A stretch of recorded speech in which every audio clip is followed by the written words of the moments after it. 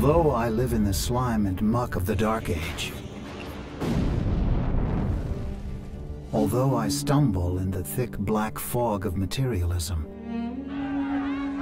the tradition of meditation is waning, and we are drunk with spiritual pride.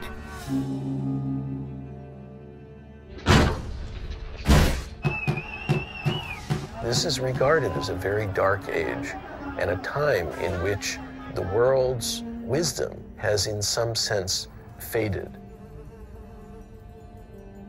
This is the time of hell on earth. Sadness is always with us, and unceasing depression fills our minds. The Chinese had invaded, and there was a time before that when Tibet was really, you might say, a spiritual paradise. But now it was like a hell. The teachings were going to be lost if they couldn't be transferred to the West. And so his whole role in life was to make that transfer.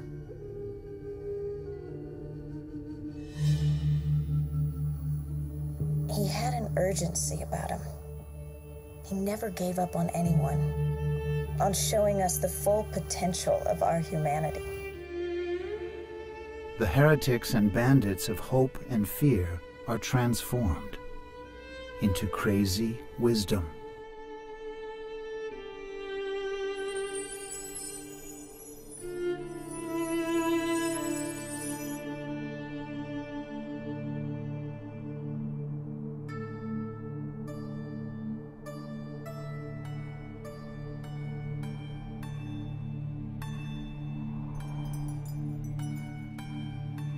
Crazy wisdom person, which is a direct translation from the Tibetan, what's known as the Yeshe Cholwa. Yeshe meaning wisdom, Cholwa is gone wild. So in this case, it's a craziness gone wisdom. We had this conversation way back in '72, I think, in San Francisco. We were comparing our itineraries, and I said, don't you get tired of constantly going around? I'm getting a little tired of running around. He said, oh, that's because you don't like your poetry. I said, what do you know about my poetry? And he said, well, why don't you do like the great poets of old, like Milarepa? Why don't you just get up on stage and compose on the tone? Why do you need a piece of paper? Don't you trust your own mind? The red flag flies above the Potawa. The people of Tibet are drowned in an ocean of blood. A vampire army fills the mountains and plains. But self-existing dignity never wanes.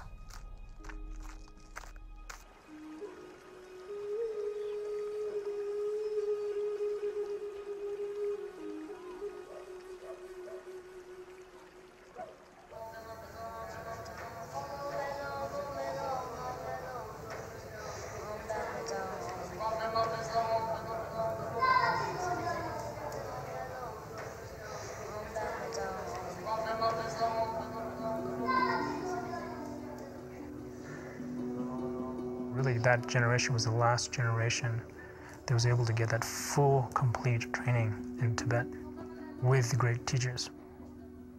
My father's meditation and everything became expedited, and it became much stronger. Csögyam Trungpa was assigned a teacher who was an extremely highly realized human being, Khenpo Gangshar Wangpo, which means the Lord of all that arises. The monks were often sitting with their malas, sort of telling the beads and reciting the mantra, Om Mani Padme Hum, Mani Padme Hum, Mani Padme Hum. And Khenpo Gangshar would come up and snatch the mala out of the hands of a monk and break it apart and say, Om Mani Padme Hum, aggression, Om Mani Padme Hum, attachment, Om Mani Padme Hum, ignorance. So he was like cutting through the fact that they were just doing something by rote, which had no real meaning. They say you must go to see him don't dare it. I always run away. I can't bear it to go to see. He says to do something, I'm terrified.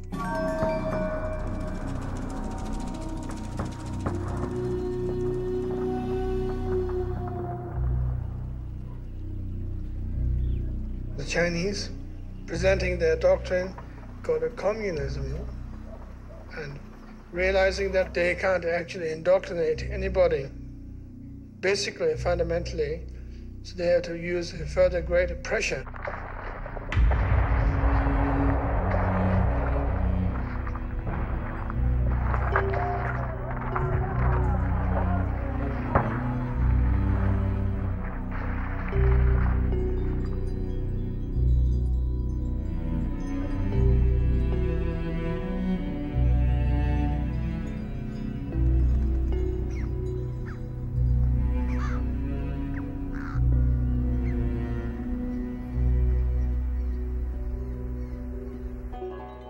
Khenpo Gangshar was telling people everything that we've been doing here in terms of Buddhism is over. It's finished.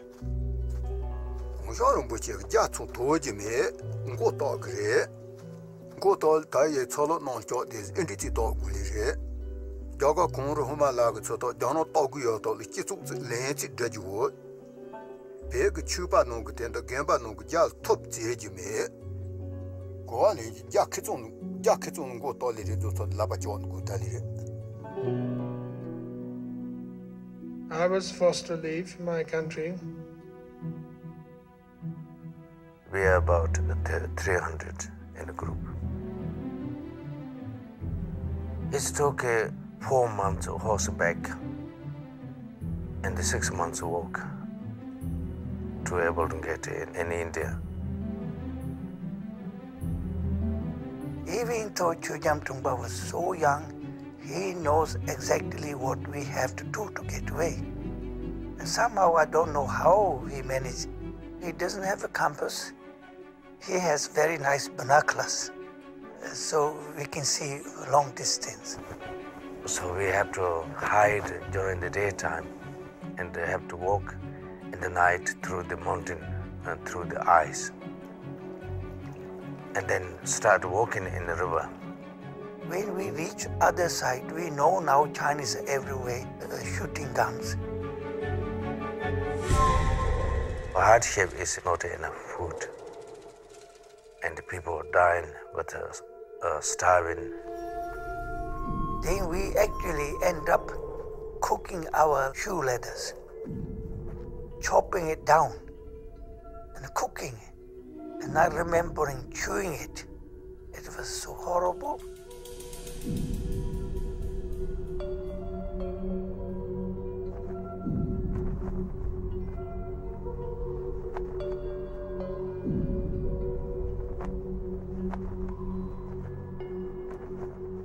Every of us has weapons.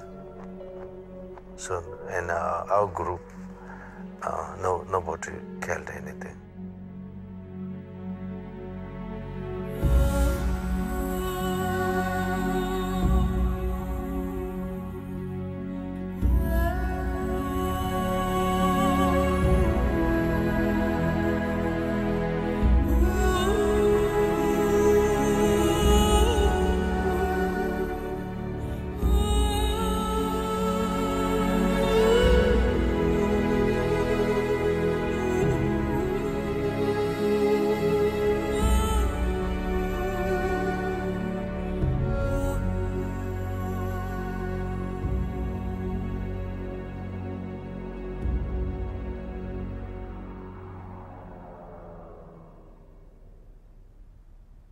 My work is dedicated to present a notion of enlightenment to the West. The world is not going to be saved purely by religion alone, but the world can be saved also secular enlightenment. This world does need your help so badly, very badly. And so on behalf of this world, I would like to request you to come and do something about it. It takes enormous faith in people to create an enlightened society. You can't have a partial attitude. And that kind of faith wasn't because we were amazing people. It was because of Trungpa's inherent appreciation for the wisdom of the world. The basic point seemed to be is about this life, not to be cowed, afraid to look at things, afraid to be decent.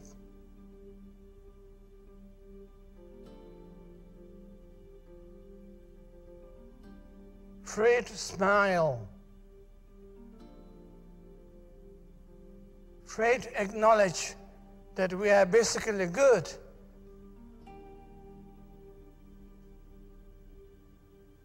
Oh, as the Americans call it, chickening out.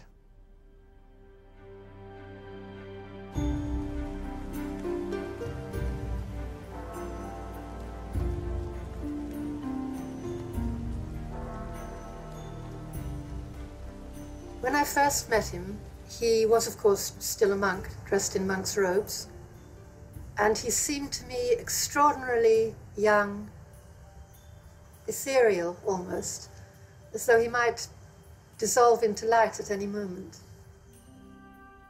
A bit like a flower, you know, a beautiful flower. All his gestures were sort of immaculate. Now I can't actually remember what he said, but we were just overwhelmed by his presence somehow. It seems almost kind of a little naive to say something like that, but there was something very special about him.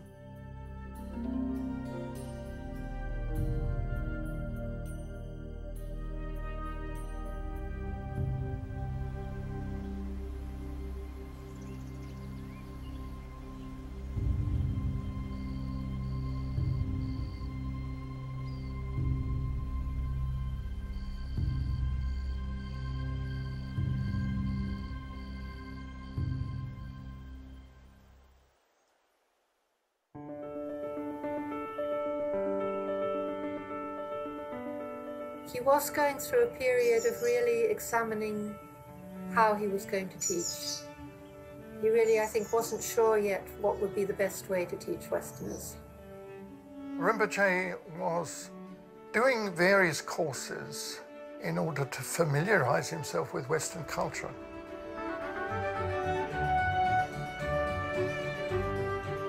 He was trying to gather the experience directly for himself of the suffering of the human condition in the West.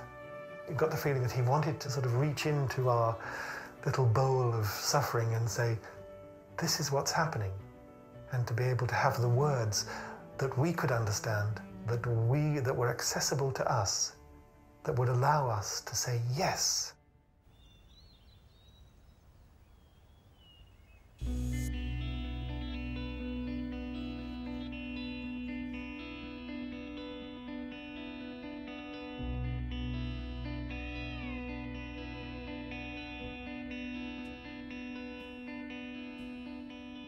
There was an article in the then Telegraph colour supplement, and there was a full-page photograph with Trungpa Rinpoche and Akrong Rinpoche standing on the lawn in front.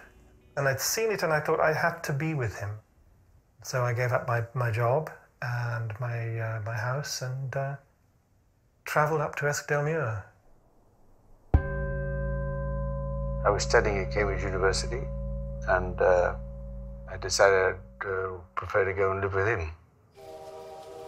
I arrived at Lockerbie Station late at night. There was no public transport to Eskdalemuir. And so I walked to Samyaling, and it's about 17 miles, and I think it must have taken me about 6 hours. His injunction to me always was that the major change must always be internal. and that without meditation, there's no progress. The teaching sometimes would be really kind of in the minute, in conversation, in his room, sometimes late at night. That was where I learned most. This got some of us into a lot of trouble because we would then have to sleep late in the morning and not make morning meditation. Rinpoche would leave Samueling in his monk's robe and change into regular clothes and wander around London a lot. And he said he loved the movie houses because they were dark red velvet and it reminded him of Tibet. It had the kind of warmth that he was missing. I'd been working in an office as a translator, and he invited me to be his private secretary. He said that he was planning to make a trip to Bhutan and India, and then he asked me if I would like to go with him. Well, of course I said yes. My trip to Bhutan was invitation of the Queen of Bhutan, and I took my retreat in Taktsang, where Padmasambhava actually meditated.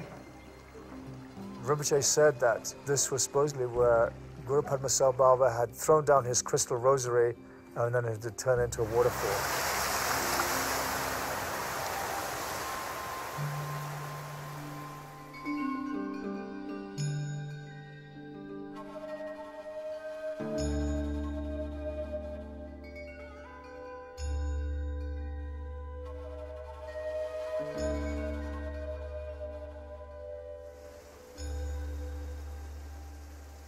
Being a Taktsang is not particularly impressive at all at the beginning.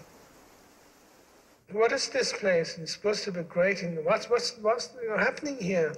Maybe this is the wrong place they've chosen. Maybe there's Taktsang somewhere else, the real Taktsang. But there is actually immense energy and power has taken place. Things begin to come up.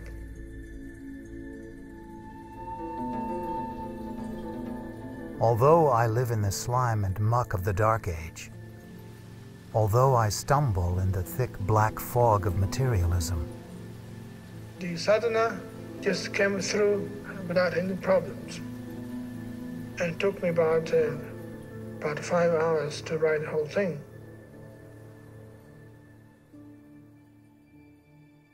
the Dharma is used for personal gain, and the river of materialism has burst its banks. The materialistic outlook dominates everywhere. When the sadhana arrived in his mind, it was a realization.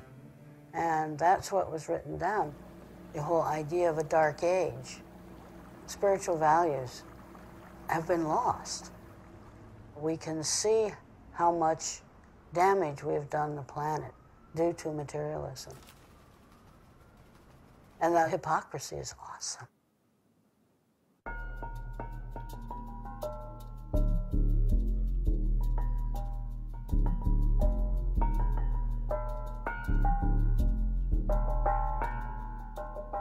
Trungpa Rinpoche had come to the West in order to transmit the authentic teachings of Buddhism in the West to Westerners. Arkon wanted the centre in Scotland, Samueling, to be a place where Tibetan refugees could come and find a home. And so they had a very different outlook. That's why there's this huge conflict developed between them. People would get very upset because he wasn't teaching. People wanted a teacher to satisfy their own spiritual greed, so they could say, I'm a disciple of Trungpa Rinpoche, and he's doing this to lead me on the path of liberation or something. And then they'd find, actually, he's not doing anything. He's just drunk or trying to seduce my girlfriend or, or behaving in a totally outrageous way.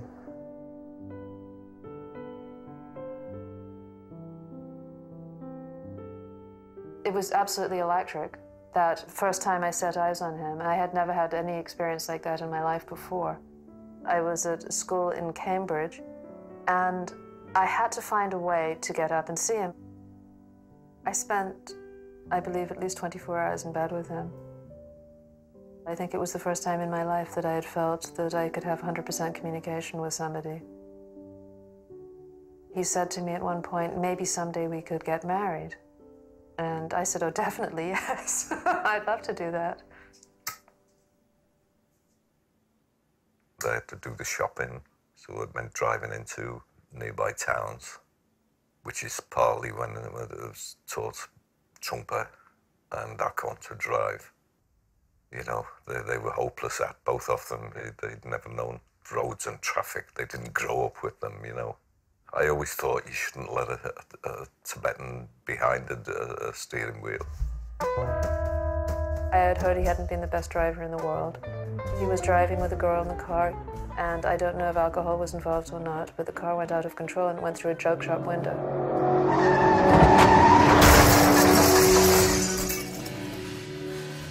And there was Trungpa Rinpoche on a gurney in the hall with huge stitches in his throat. His throat had been cut.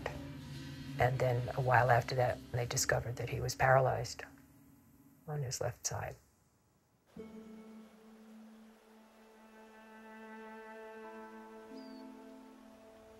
He was in such pain, and it took quite a long time before he was able to regain some movement on the left side of his body.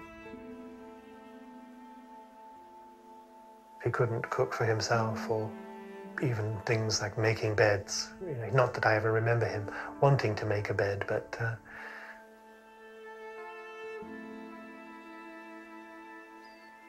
you couldn't be with him without being aware that there was an extraordinary struggle going on in there.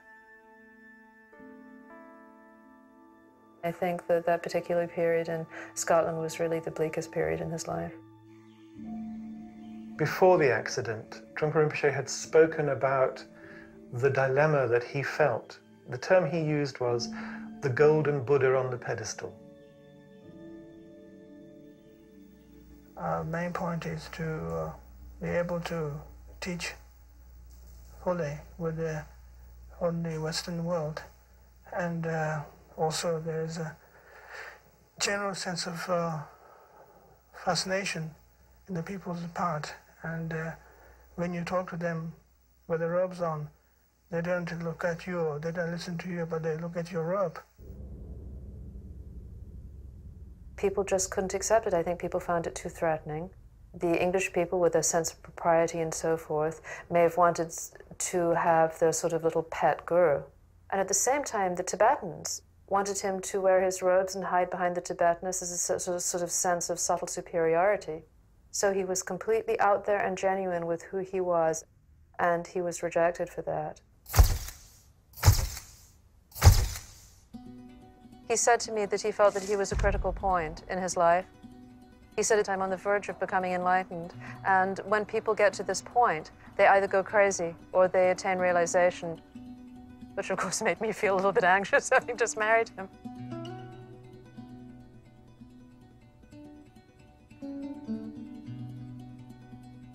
Then it all moved quite quickly. Then it all seemed to be the catalyst for the transformation, the re-emerging into the world, having abandoned the monastic persona. And then the rest, as they say, is history. What made you commit to, about 3 years of your life to him? What held you to him? Well, it wasn't me committing. It sounds like I made some generous offer, I wasn't committing. Didn't feel like I was committing my life to him,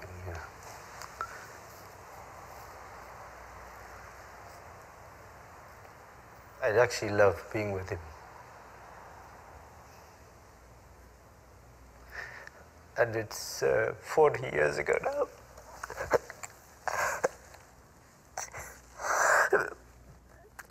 But he was a good friend.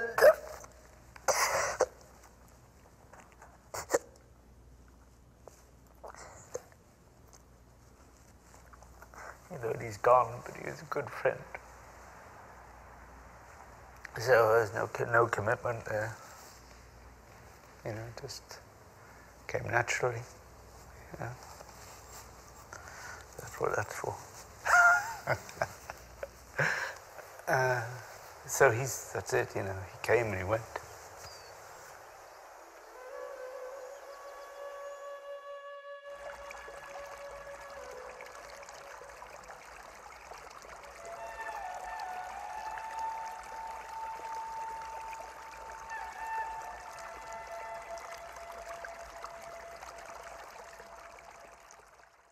He met one of the other great Tulkus, a pretty much similar age to him, they had known each other in Tibet, Trungpa Rinpoche. Trungpa Rinpoche came to him in India and said, "So what you going to do now?" And he took out his mirror, little metal mirror he had around his neck. His mirror was a way of, he could prophesy, see the future in the mirror. And he started looking into this metal mirror and describing Shambhala. And he said, "It's as if I was there, and I can see."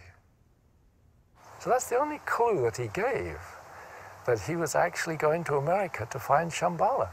All we are saying is this is a chance.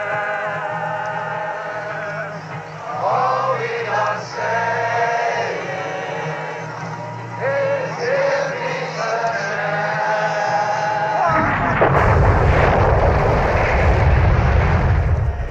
Stop bombing human beings, animals, and vegetation. If Jesus Christ were here tonight, you would not dare drop another bomb. It was a tumultuous time, and a time when there was a passionate search for meaning.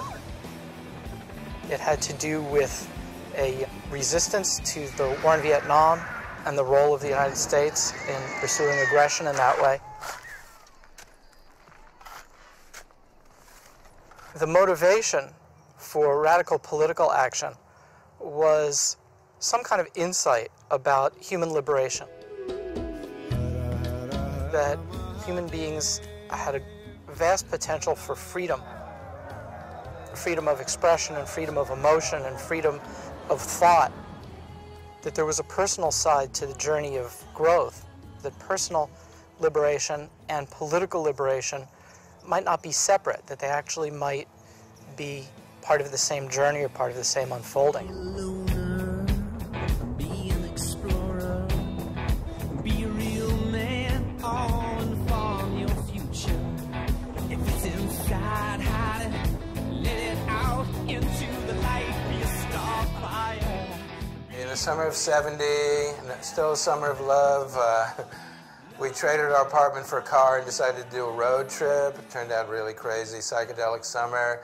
So, you know, we pulled up in front of this filthy, dirty farmhouse, you know, with wrecked cars and washing machines in the front porch and hippies wandering around, just shabby, run-down house. We knocked on the door, and this woman was there, Fran. And she said, "What do you do?" And I said, "Well, I'm like an art guy." She said, "Oh, my God, come with me right now." And she took me into this little room in the back, and she opened the door, and she said, "I found him." And he said, "Oh, I've been waiting for you. Sit down." He thought he had asked her to go and find somebody that could draw. There was a weekend program happening called Work, Sex, and Money. And I thought, I'm interested in those things, not necessarily in that order. I really didn't think of him as a Buddhist. I mean, I wasn't really looking for Buddhism or any particular religious path. I just thought he was someone who spoke the truth. In fact, I think I thought he made it up. He just happened to be someone who was so insightful that he could just point out the nature of reality. And when we talk about a tantric tradition, we are not talking about a purely playing with sex, or aggression, or colors, phenomena world. We are not talking about those areas yet. We have to be very, very concerned with the fundamentals of the whole thing, and rather than the whole thing is going to be okay and groovy, and don't worry. If you worry, that's your problem, but if you don't worry, everything's going to be okay. Let's dance together, let's play the music together, let's drink honey and milk.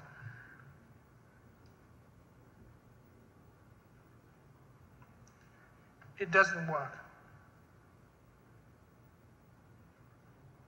He had started drawing this letter called A, which means it's the seed syllable for sort of the birth of everything that's created. It's the most primary seed syllable. It can be summarized as a dot in space. So I sat there for 2 hours, and he knew how the eye worked. He knew about geometry. He knew about Botticelli. And the more it went on, I was like, this is the greatest experience. Finally, art teacher. I thought he was just an art guy, and hippie, Tibetan hippie. He immersed himself completely in American culture when he moved over here. It wasn't just that it was contrived, that he was going to dress like a hippie and act like a hippie so he could communicate with the hippies. It was that he was absolutely fascinated by anything that people did. He just wanted to basically eat it up. At one point I was concerned about whether you needed to be celibate on the spiritual path, because I had been reading all the Hindu yoga books that talked about how important celibacy was in meditation. And just as I was getting to that question in my little list, there was a knock on the door, and it was Diana, and he said, "Oh, come in, sweetie." And so she was wearing a yellow bath towel, just barely covered her, so I didn't know whether to look down or whether to look up. And then he kissed her, and he said, "Well, I'll come to bed soon, sweetie." So she left, and I didn't actually ask that question.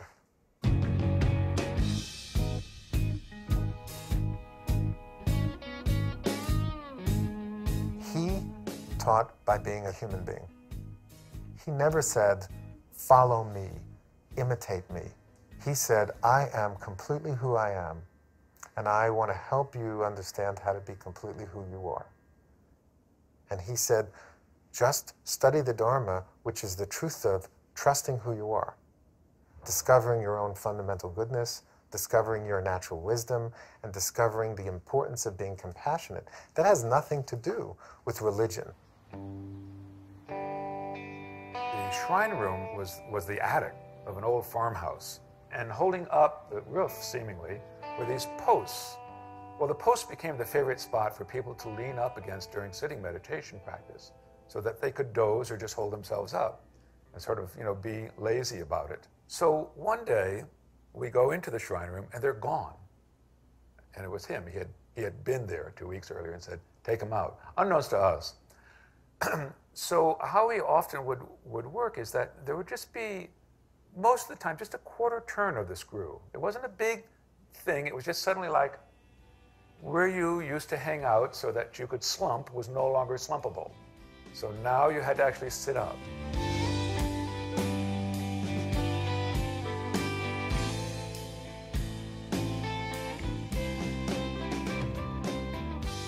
This is a picture of the door at Karma Chilling. It was just a white door, ratty, paint crumbling farmhouse. And he said that he wanted to paint it as the entrance to the Dharma in the West. It was very important.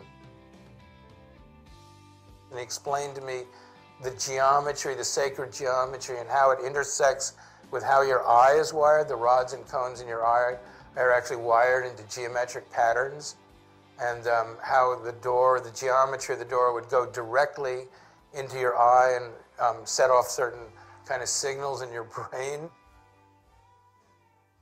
We could not find a turquoise. We left all this stuff on the front porch, and there was a little girl, about 5 years old, that was playing. And when we were down at the tent listening to the teaching, she had poured all the paint into a bucket. And we came back, and she'd mixed it up, and it was the perfect turquoise.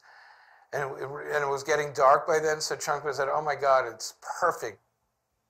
So we took all the cars and circled around with the headlights and put the headlights on the porch while he sat there and supervised me filling in the turquoise.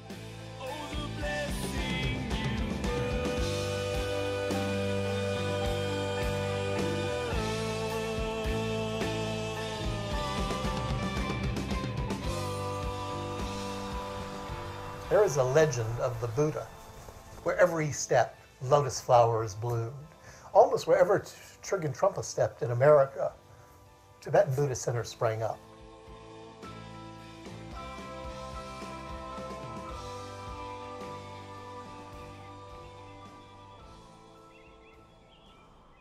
Very early on, maybe in the first year, He invited the entire community that could fit in his living room up to visit him, and he invited everybody to bring their bags of marijuana, their dope.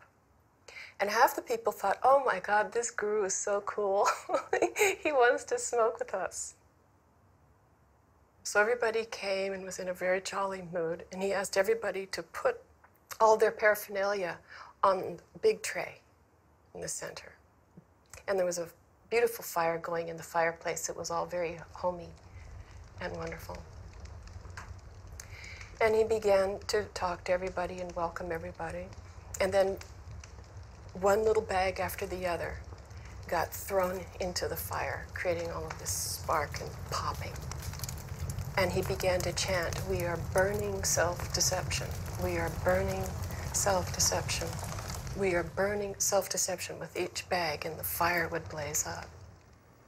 Supposing if you, so-called you, which we do not know whether we exist or not, but so-called you become enlightened, then what?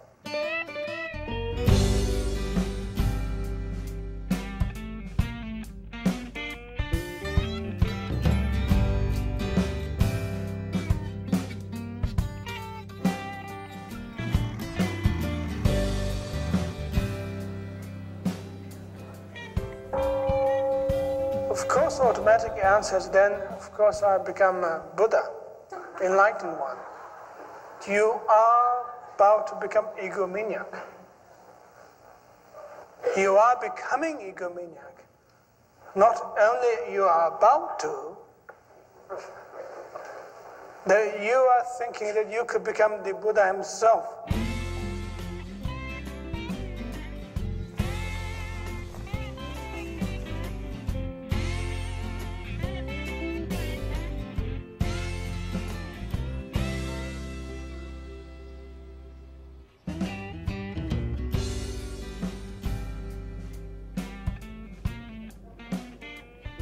Institute, the summer of '74, was a kind of a distillation.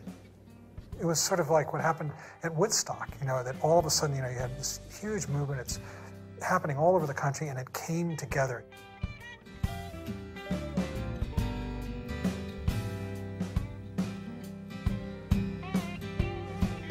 We didn't have a building.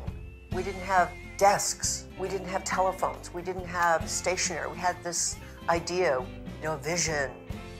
We invited religious figures, including Native American teachers, Zen teachers, Hindu teachers. Were invited superstars such as Ram Dass, who arrived with a retinue of love and lighties, as we call them, dressed in white.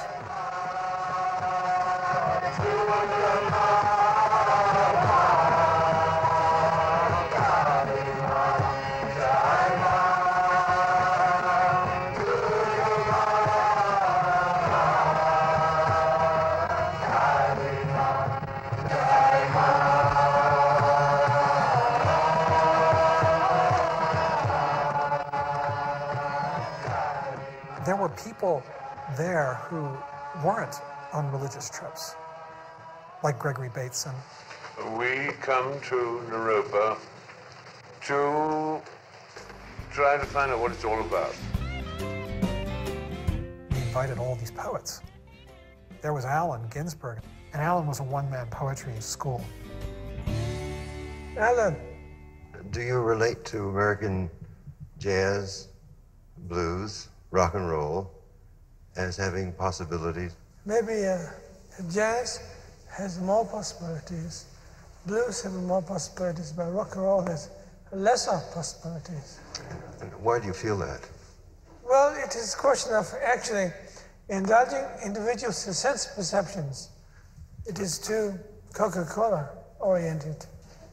Well, I think, have you had the experience of, say, majesty and calm and centeredness in any rock and roll that you've heard? Unfortunately not. I tried, it was very hard, Alan. I tried very hard. I thought at some point I was missing something. Yeah. But it turned out to be, I wasn't missing anything at all. He liked the poets, he liked the artists, he liked the misfits. He never seemed to want to rein in the energy in terms of setting up an institution like Naropa. He kept talking about sparks flying. What we were doing was bringing together East and West. And that was the kind of a creation of a new hybrid. And he said that normally people think of creating some kind of diplomatic relationship between East and West. But what he really wanted was not to do that at all, was to maintain the integrity of each tradition and let them come up against each other so that sparks would fly.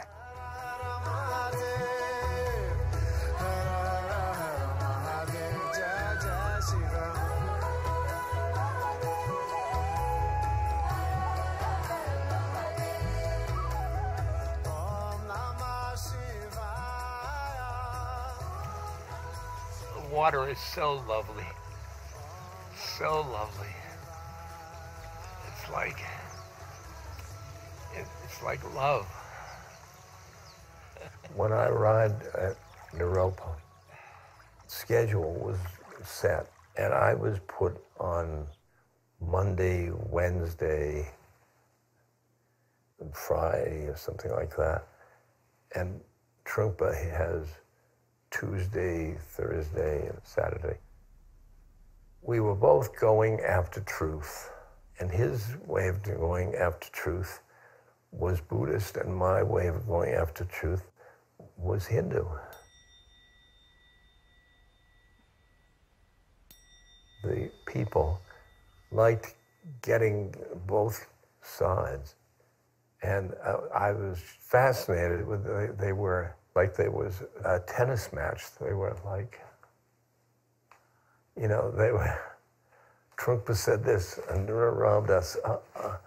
If we're going to discuss spirituality at this point, in this particular class, I feel very nervous myself, and so should you, that we are not building mutual deceptions between each other. We have coined this word called spiritual materialism.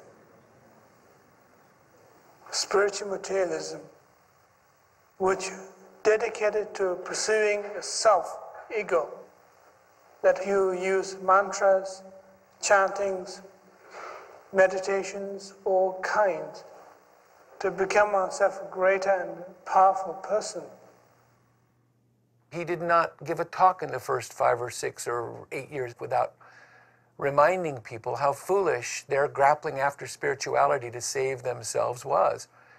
He was cruel from the point of view of relentlessly dismantling whatever you could use to cling on to some constructed version of ego. Let us mock the ego, but let us build our spirit.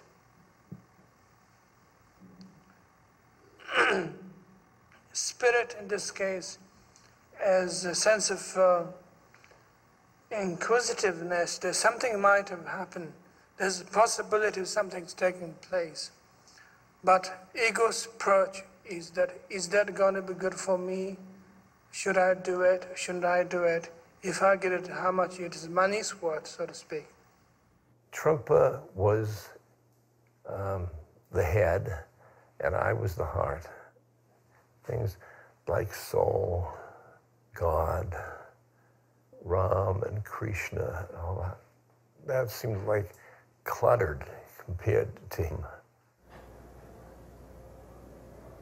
It is absolutely important to make the practice of meditation is a source of your strength, source of your basic intelligence. And think about that. You know there's such a possibility you could sit and do nothing for 20 minutes, 10 minutes. Just sit and do nothing. You can think about Naropa Institute while you're sitting. If you're not,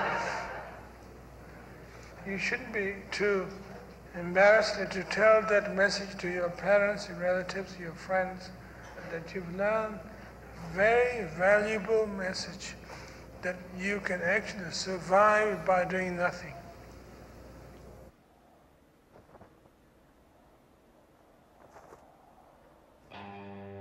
Rinpoche had a great command of English.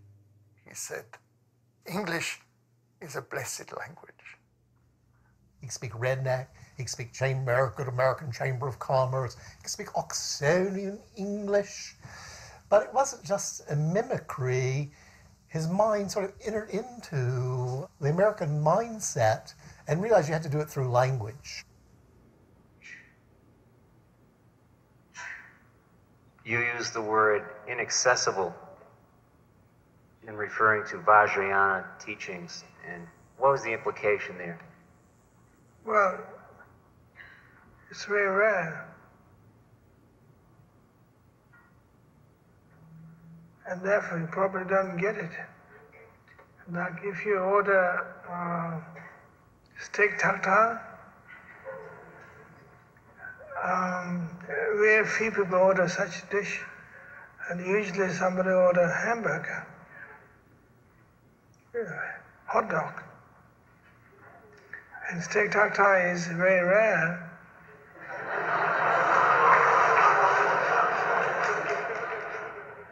And a crucial moment came when the great 16th Karmapa, who was the head of Csögyam Trumpa's lineage, is coming to the United States.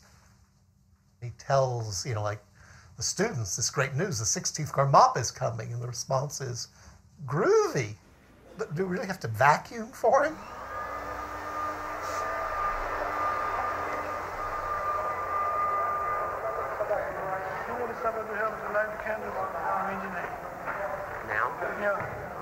He worked tirelessly, hours and hours, round the clock, getting ready for this visit. Having people go get decent clothes, cutting your hair, getting suits and ties, which most people went to the Salvation Army to get because nobody had any money particularly. That infuriated people. Sexuality didn't shock people in those days. Drinking didn't shock people. But wear a suit? Are you kidding? So many students left at that point in protest. All of the forms or rituals or disciplines are ways of shifting the mind.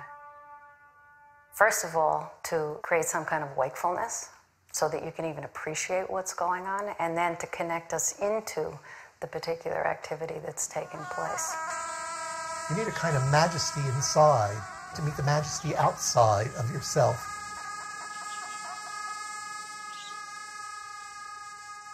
What you have recommended to us is that we should cut off our long hair, put on neckties, and re-enter the mainstream of American institutions and attempt to exert a wholesome influence from within. That's right.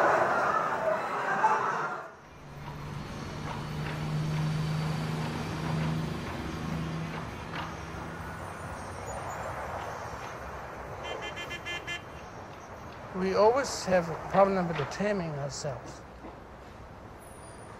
That is why we have to resort to religion, basically. Taming here meaning simply being decent. No ups and downs. Some sense of equilibrium. Natural state of existence. That kind of training demanded a teacher who was hard to be around a lot. Once I asked him, why don't more students just come see you, knock on the door, call you on the phone, come over? And he said, I feel that it is because there's fear in students of becoming unmasked, exposed. This was a very important principle for him. People having the courage to work with their own self-deception. Where does purpose and motivation come in the enlightened mind that is free from desire and striving? Where does his purposes come from? Well, purposes come from having a sense of trust in oneself, sense of uprightness, sense of loyalty, sense of appreciation of one's family and one's immediate world around you. There's a cloud in the sky, and the sky is blue, and the sun rises beautifully in the east, and snowflakes have their beauty in the falling on the ground. And everything's perfect. Pretty much.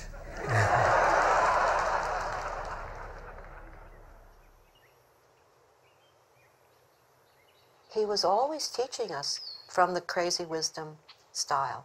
And the teaching was, there is no certainty. And you could have a sense of humor about that.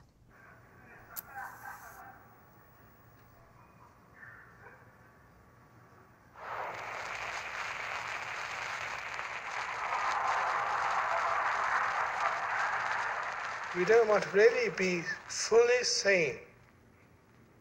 And that seems to be our problem usually, that we can't handle too much sanity. And we would like to have a little corner of neurosis somewhere, even in our pockets, just a little puff here and there. So if you find too much sanity, you say, boy, it was heavy.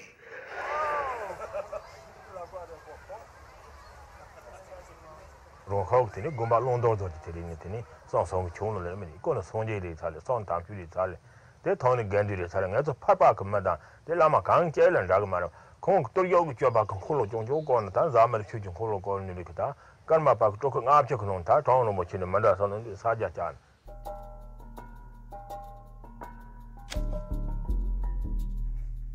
This is a tantric tradition of Tibet, that enjoying your senses is itself expressing wisdom. Benjamin Franklin said that wine is proof that God loves us and wants us to be happy. It's not a strange idea. But he did drink a lot.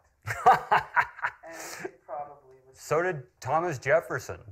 He went broke getting good wine from France to drink.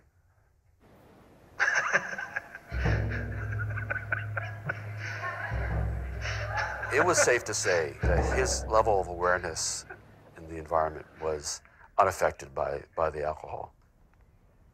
Early on, he was giving a talk with this sort of Western New Age guru, and Rinpoche's presence in this on the stage was that he was just completely drunk, and he actually don't think ever actually gave a talk. He was just, falling out of his chair, and so at the end of the talk, they sort of carried him under his arms and got him into the elevator. And he got in the elevator, he stood up straight, and he said, "How was that?" He wasn't drunk. He hadn't lost it at all. But that was how he chose to relate to this charlatan. Many people tried to get Rinpoche to stop drinking, and they would take petitions to him and letters to him and have everybody sign it. I remember being there one time when one of his attendants served the watered down sake, and he would just lift his eyebrow and saying, "This is watered down." There's just basic craziness, which is fearlessness, another word. Not giving up anything. Seemed to be the basic point. Willing to work with what is there on the basis of primordial wakeful quality. So that seemed to be the definition of crazy wisdom. Trungpa, wild and woolly, the sexuality issue, the alcohol issue. I did basically defend it, actually, because I like Tibetan Buddhism, and I know there is such a thing as crazy wisdom. But I had to acknowledge certain flaws, I believe. For example, he passed away, I believe, at 47. But anyway, he could still be doing fantastically useful work if he had not gotten addicted to alcohol. Definitely. Whatever the exact diagnosis was, he definitely drank too much. People say to me, how could you follow a teacher like that? Or how could an enlightened person do that? I do not know.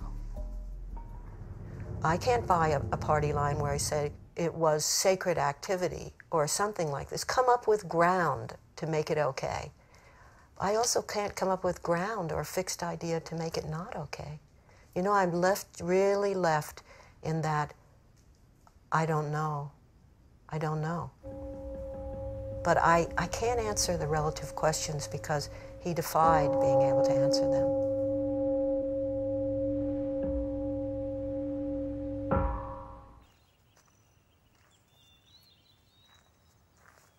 When Suzuki Roshi died, Csögyam Trungpa gave a talk at the Zen Center. And as he was giving the talk, he said that Suzuki Roshi was a very great teacher and a very dear friend. And at that point, he began to weep.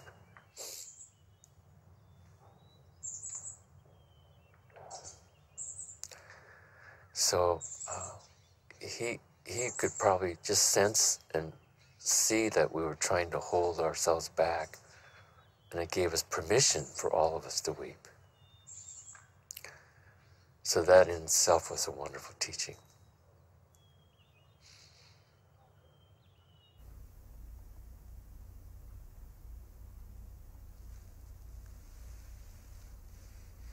Most cultures at their inception had some kind of idea of trying to bring out the noblest part of the human spirit. Rinpoche searched for models that would work in the West. He didn't just want to impose Eastern models onto his Western students. In America, the President of the United States lives and works in his house. And in Europe, the place where the monarch lived was also the seat of government. So that's one thing. I think he realized that that was a powerful model that had already existed.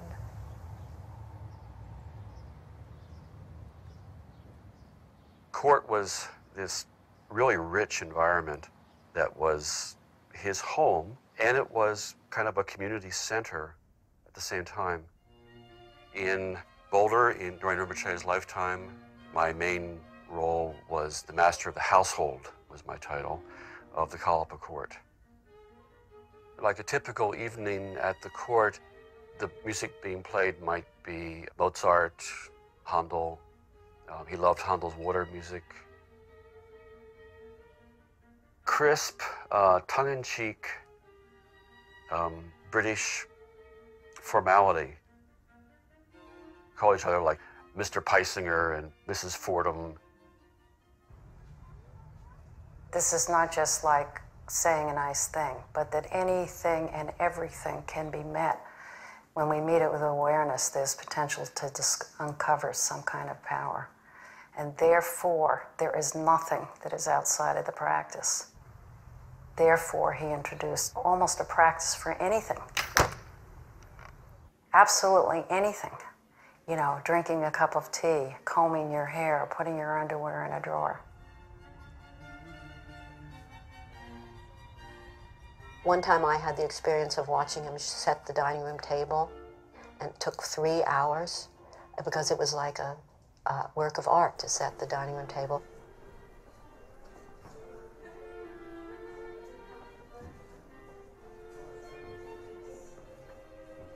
He really found the way Americans spoke English to be sloppy. And he thought it reflected that if you didn't work with how you spoke, that there was a way in which body and mind were not joined. So speech is one of the things that can really join those, so that you have everything sort of lined up. You have synchronized your body, speech, and mind. So he took that to the next level, and he started not only teaching people how to speak the English language, but he decided to teach them the Queen's English. How to speak the English language and how not to speak Americanism. All right, I'll give you an example of an elocution exercise. Spider is black. Sky is blue. How tantalizing, this world. Kathy's hair is black. Her complexion is white. Her attention is like a bowstring.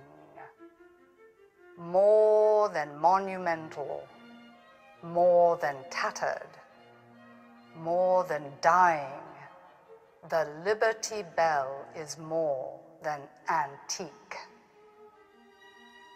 Ultimately, he was trying to demonstrate how sound had a sacred element. So in spite of the appearance of torturing people by making them repeat these words over and over again, I think it was much more about appreciation. So actually, it became a visualization practice. We would come on duty, put on our uniforms, and walk into a visualization. We were imagining ourselves as enlightened servants of the enlightened master, and on some level, it was all true.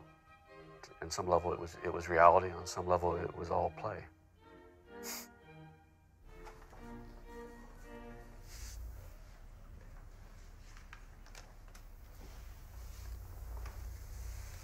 He said that in order to create an enlightened society, you have to change the culture. And in order to change the culture, you have to change the art. And in order to change the art, you have to change the principles that art is based on. And those principles, he said, should be the principles of Dharma art.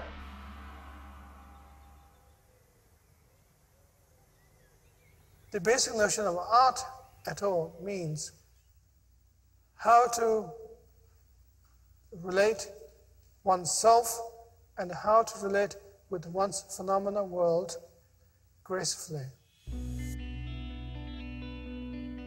Dharma art, rather than looking at a painting of a river, is more like being in the water, in the river.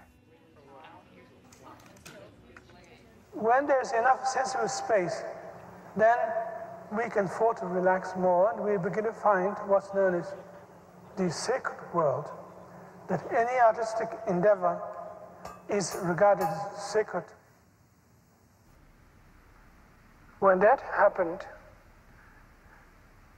there is no struggle.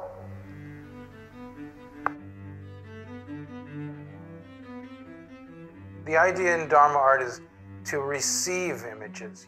It's not an ego trip. All you did was see it and bring it to the surface. You sort of caught the fish. You didn't create the fish. You know?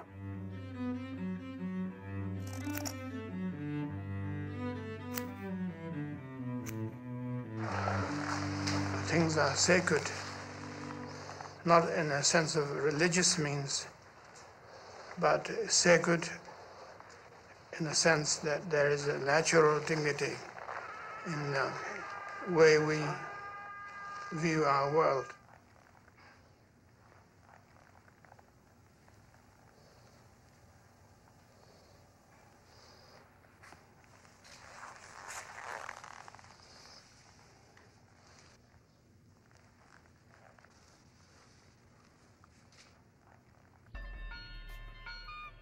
He was sitting up on the altar of this church smoking cigarettes, and someone asked him a question to talk about aggression in America. He said, "I want to talk about the aggression in this room." Ready? Fire!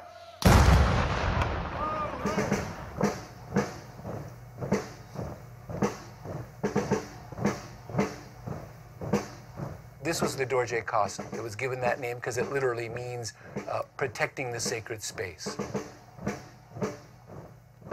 Csögyam Trungpa believed that every aspect of society had to be explored, every single aspect. And so he created theater groups, and he created commerce groups, he created educational institutions, and he also created a Buddhist version of the military. Everyone had a hard time with it, but he would say over and over again, until we reach into the heart of aggression of society and we transmute that very same energy to be the forces of peace, we couldn't really change the way things worked. I was involved in organizations and marches protesting the United States presence in Vietnam. What I came to feel was that those of us who were doing that had in the end no greater insight about the fundamental problem of aggression than the government and the army that we were protesting against. The Shambhala principle is what is known as the path of the warrior. Here again, it doesn't mean to say the creator of a war as a warrior, but warrior in the sense of braveness, being brave.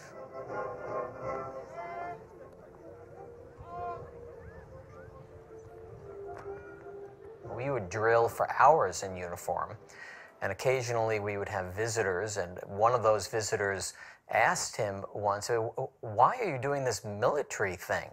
And his response was that someday people will see the Dorje Kasung marching down a street, and it will cause them to feel like they want to smile. And at that point, we'll actually have changed something at the core of the modern society, of the problem as it was. It took us 10 years to figure out that he was teaching traditional Buddhism. We didn't know that because he was, if you ever read traditional Buddhism, you go, huh? But his incredible ability with language to translate that into our language so that he was able to touch your heart. And he was also able to sort of make your mind inquisitive. So your constant feeling was that your journey was truly what is traditionally described as the path is going underneath you and you are just continually opening up to whatever you are encountering.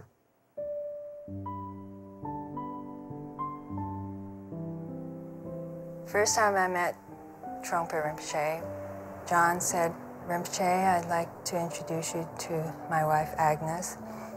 And Rinpoche looked like this, and he took my hand and he said, "Hello." And then he turned to John and said, "I find your wife very attractive." And I leapt off the floor and jumped in back of John and looked at Rinpoche over John's shoulder, thinking, what is he talking about? Or who is this man? Lots of his students were his lovers, and that was known. My impression as I sort of looked at your community was that this was like part of what went on, and it was certainly open. You know, I remember watching Rinpoche with his entourage, and you could just sort of see who was who, you know, in the entourage. Of course, in the Zen world, you know, things were more hidden, I think we could say. And so the issue there became more that things were hidden. Can you push down a little bit, sweetheart? How do you say sweetheart in Japanese?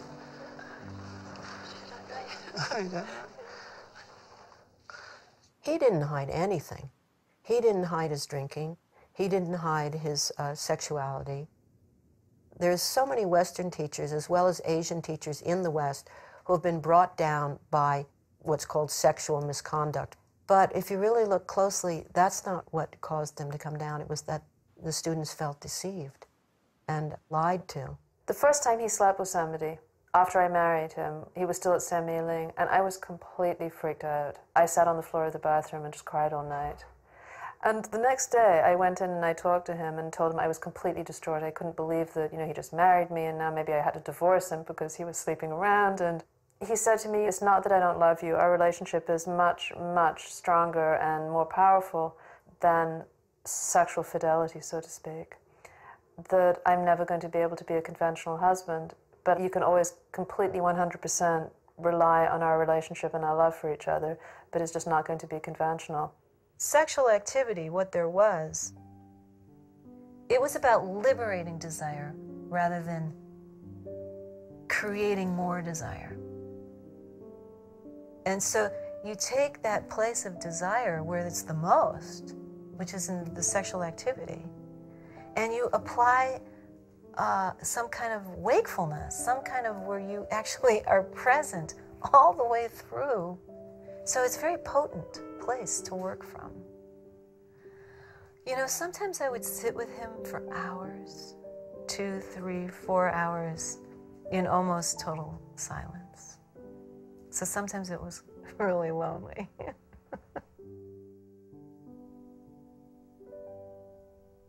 You know, my husband, Jonathan, has always said, and we were married, so those weren't easy times for him.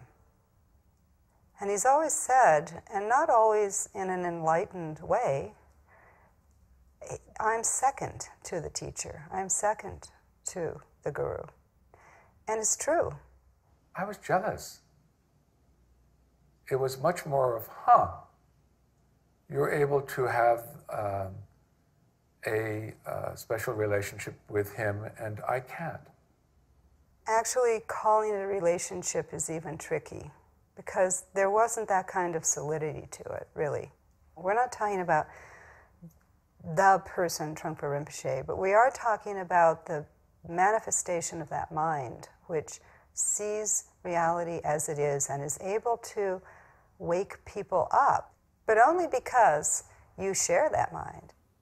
In the West, it's easy to misunderstand devotion in the Tibetan tradition. It looks from the outside as if there's this great, great person and then these little people falling at the great person's feet. But in fact, the tradition itself is very clear that the teacher has nothing more than the student, that the wisdom exists already. We're born with it. We die with it. We can't get rid of it. We can't get more of it. The teacher points that out, and the student gradually comes to that understanding, and the minds meet. After being married to him for 17 years, I would still sometimes lie in bed next to him and look at him and thinking, I have no idea who you are. I mean, he was completely unfathomable. You could never really second guess his reaction. Love, talking about love is just like an insult sort of to like our relationship because it was just like he treated me as the reincarnated Lama that I was recognized as. So in terms of love with my father, did we ever talk about love? There was never any talk of something like that. I mean, he treated me like he would have treated a king of another country, you know? You always knew that his intentions were good and you could always expect that he would be kind. But fundamentally, I don't really know what made him tick.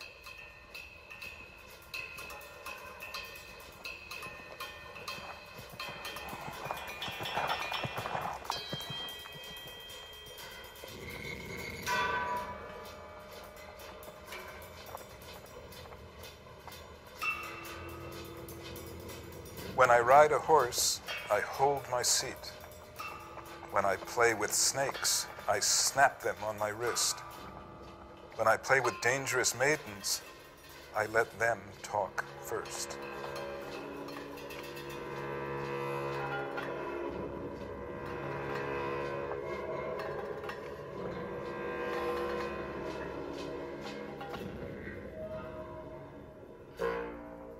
Crazy wisdom, as I understand it, means not planting your foot firmly either in the material world or the spiritual world.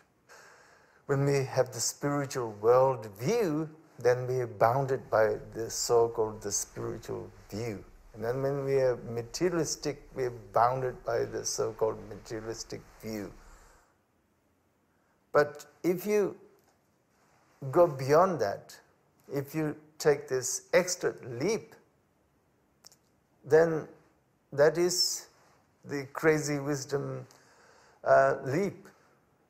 It's like taking a leap into the abyss, but it's not the abyss of nothingness, it's the abyss of reality. He could have had, I think, success without fully committing himself in the way he did. Could have had a nice community and a good life, as it were, but he really never thought about his own self-preservation.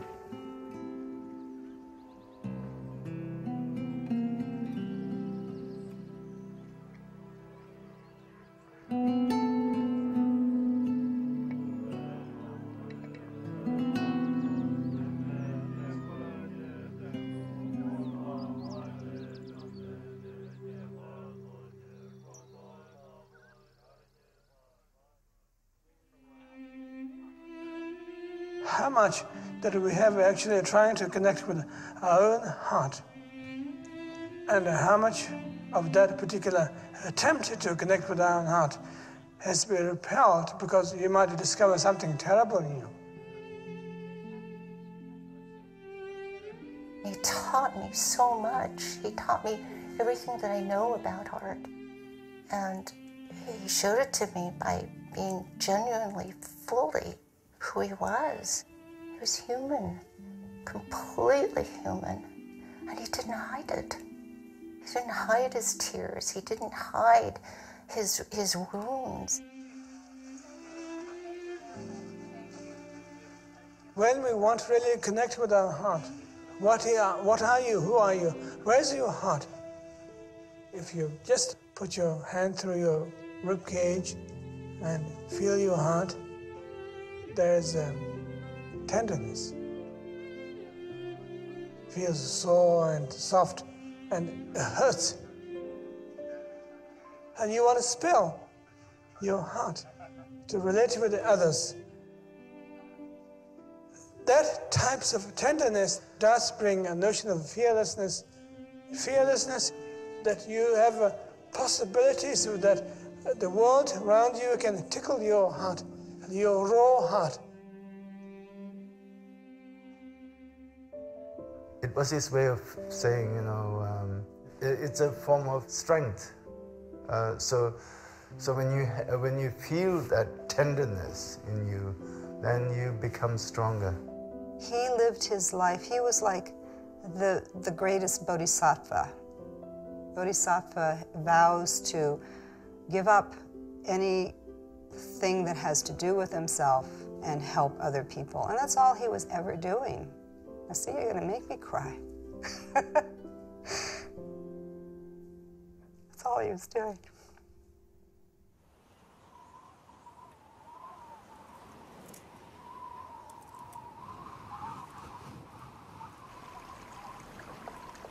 I can't believe I went to the hospital and I had some question about the interior decoration of A Suite on Tower Road.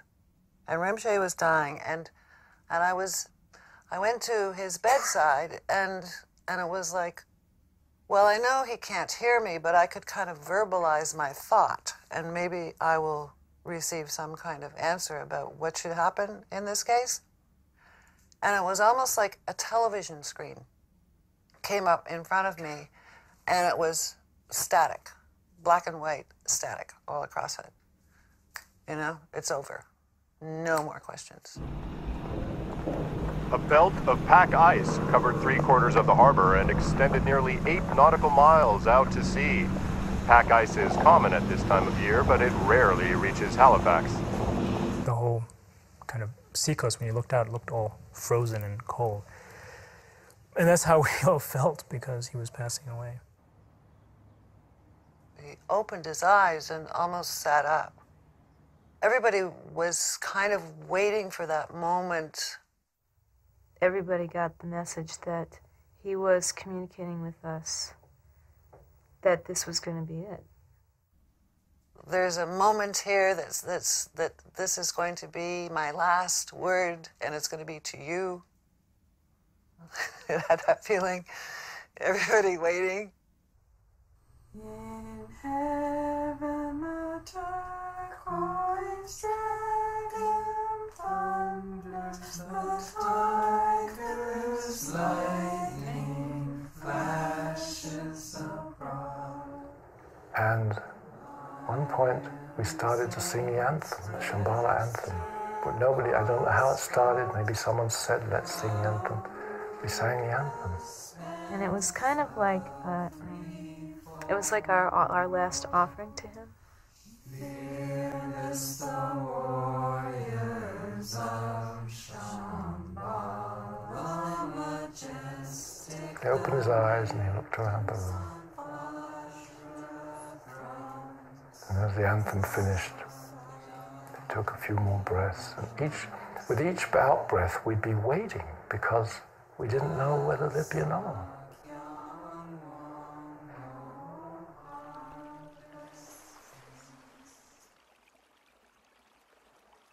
And so then I went outside. The ice had started moving out, and I remember by the end of the day or the next morning, there was a lot of ice. It had all gone out. The sky got blue.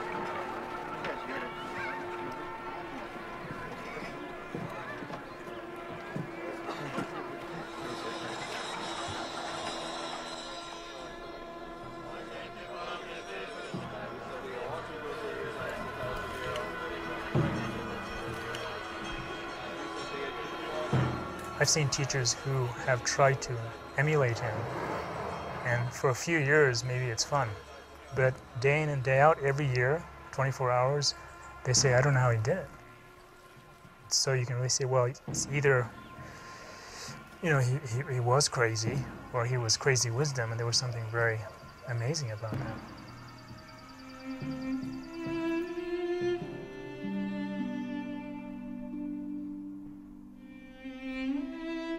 Even in a film like this, if the message were to be conveyed that he was about being defined or framed in any way whatsoever, that would defy the whole purpose of his life, which was to allow ourselves to be unframed and fluid and allow others, you know, to come forth in their sort of basic goodness.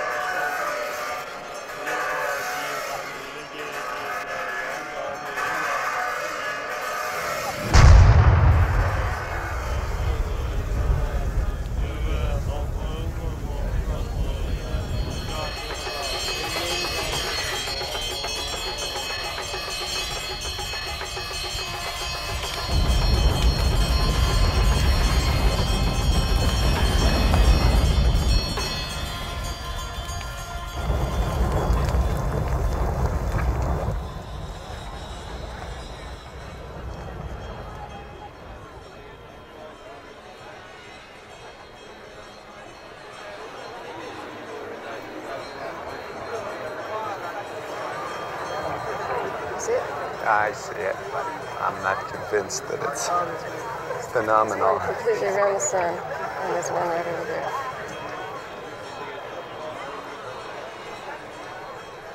Rainbows.